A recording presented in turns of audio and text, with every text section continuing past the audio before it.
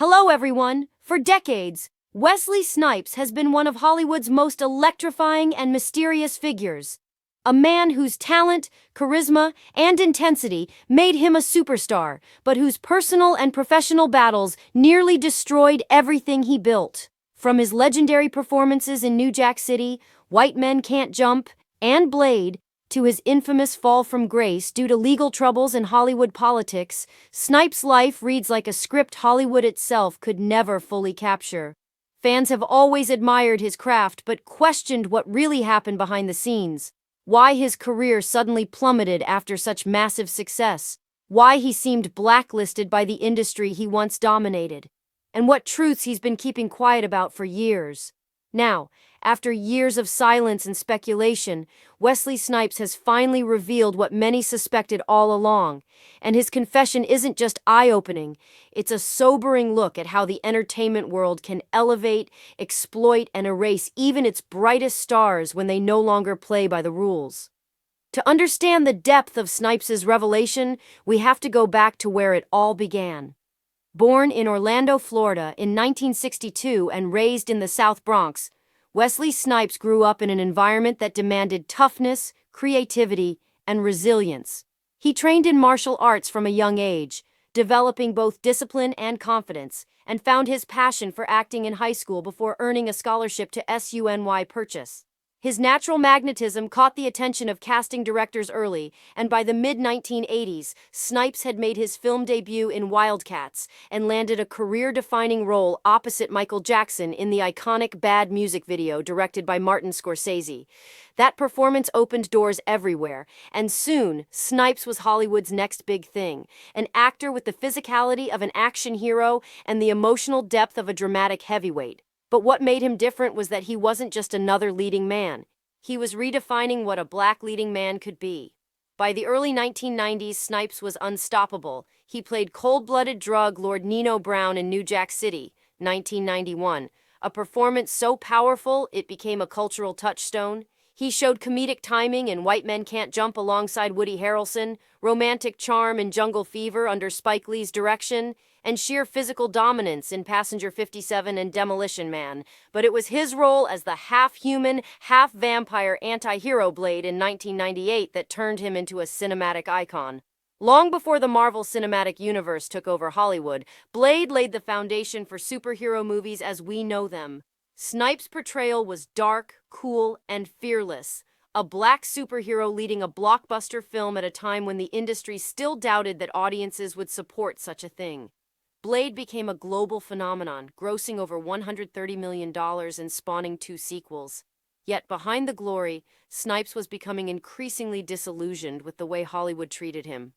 In his recent reflections, Snipes revealed what many fans had long suspected, that Hollywood never truly celebrated his success. It tolerated it.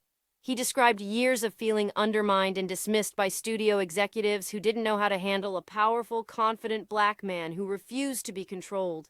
He claimed that his assertiveness and insistence on creative input were often labeled as difficult or arrogant, terms frequently used in the industry to silence outspoken actors of color. During the height of his career, Snipes noticed that while white contemporaries were given grace, second chances, and creative freedom, he was scrutinized for every demand or disagreement. "They didn't want me to own anything," he said. "They wanted me to act, smile, and leave the decisions to them. But that's not who I am." His clashes with Hollywood intensified during the production of Blade Trinity 2004, a film that has since become notorious for behind-the-scenes turmoil. Reports circulated that Snipes clashed with the director and co-stars, that he isolated himself from the crew, and even communicated through post-it notes signed, "From Blade." While much of that was exaggerated or sensationalized, Snipes later confirmed that tension did exist. But for reasons He revealed that the most people script didn't and know. creative direction were changed behind his back, that his character was sidelined in favor of introducing younger, marketable faces like Ryan Reynolds and Jessica Biel, and that he felt betrayed by the studio. "They took my creation and tried to erase me from it," he said years later. "Blade was mine, I gave it life, and they tried to cut me out." What followed was a bitter fallout that many believe led to his quiet exile from Hollywood. Then came the biggest blow of all, his 2008 conviction for tax evasion. Snipes was accused of willfully failing to file federal income tax returns between 1999 and 2004, a charge that resulted in a 3-year prison sentence. To the public, it seemed like the final downfall of a once great star. But in his later interviews, Snipes explained a deeper, darker side to that story. He admitted that he had trusted the wrong advisors, people who convinced him he didn't legally owe taxes, and that his legal troubles were not just about unpaid money, but about a system eager to make an example of him. "They wanted to break me," he said. "It wasn't just about taxes, it was about control." Many fans and industry insiders have since speculated that Snipes' independent nature and refusal to conform made him a target, particularly because he had started his own production company and pushed for ownership over his projects, something few black actors were allowed to do at the time. When Snipes went to prison in 2010, he described it as both a curse and a revelation. Behind bars, he found clarity. He read, meditated, trained, and reflected on his entire life. "They could take my freedom, but they couldn't take my spirit," he said. When he was released in 2013, the world had changed. The Marvel Universe had exploded, superhero movies dominated theaters, and younger stars now occupied the space he had once defined. Yet, Snipes didn't return bitter. He returned enlightened. His time away had given him a new perspective on fame, money, and what truly matters. He spoke about learning humility, forgiveness, and the power of legacy over celebrity. But Snipes also revealed something else, something long suspected but never confirmed. He said that his fall from grace wasn't accidental. "You learn who your friends are when you stop making them money," he said pointedly. "There were people who smiled to my face and stabbed me in the back the moment things got hard." According to him, several studio heads and former collaborators distanced themselves once his legal troubles began, refusing to hire or even publicly support him. He described feeling abandoned by an industry that had once profited immensely from his name. Yet, instead of returning with anger, Snipes decided to rebuild quietly, on his own terms. In recent years, Snipes has made a steady comeback, appearing in projects like Coming to America, Dolomite Is My Name, and the miniseries Paper Empire.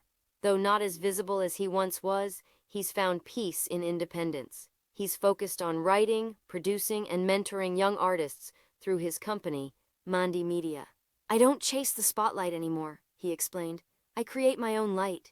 He also revealed that he's found spiritual balance, embracing meditation, martial arts, and African philosophy to guide him through the next chapter of his life. His renewed sense of purpose has made him more reflective about the past and more honest than ever about the truth behind his rise, fall, and rebirth. When asked if he felt wronged by Hollywood, Snipes didn't hesitate. "Of course," he said, "but I also learned that bitterness is a prison too. You can't move forward if you keep fighting ghosts." Still, his tone carried the quiet pain of a man who had seen how quickly fame turns into isolation. What fans suspected, and what he finally confirmed, is that Wesley Snipes' story is not one of arrogance or rebellion, but of a man punished for his independence. A man who tried to own his art in an industry that wanted to own him. A man who fell because he refused to bow. Today, at over 60 years old, Wesley Snipes has become something of an elder statesman in Hollywood. A living legend whose influence can be seen in every black superhero, every action star who blends discipline with charisma, and every actor who dares to take control of their narrative. His honesty has sparked a re-evaluation of how Hollywood treats outspoken black talent, and his resilience has made him an enduring symbol of strength. "You can't kill the spirit," he once said. "You can delay it, you can suppress it, And but it so, always the truth comes back." Wesley Snipes finally revealed isn't just about tax cases or movie contracts, it's about power, integrity, and survival. It's the story of a man who faced the full weight of a system that couldn't handle his confidence, endured the humiliation of being torn down in public, and still found the grace to rise again. For fans who grew up watching him on screen, this revelation is bittersweet. The world may have doubted him, Hollywood may have tried to bury him, but like the character that defined him, Wesley Snipes, cool, calm, and unbreakable, never truly dies. He just sharpens his blade and returns stronger than ever. Thanks for watching.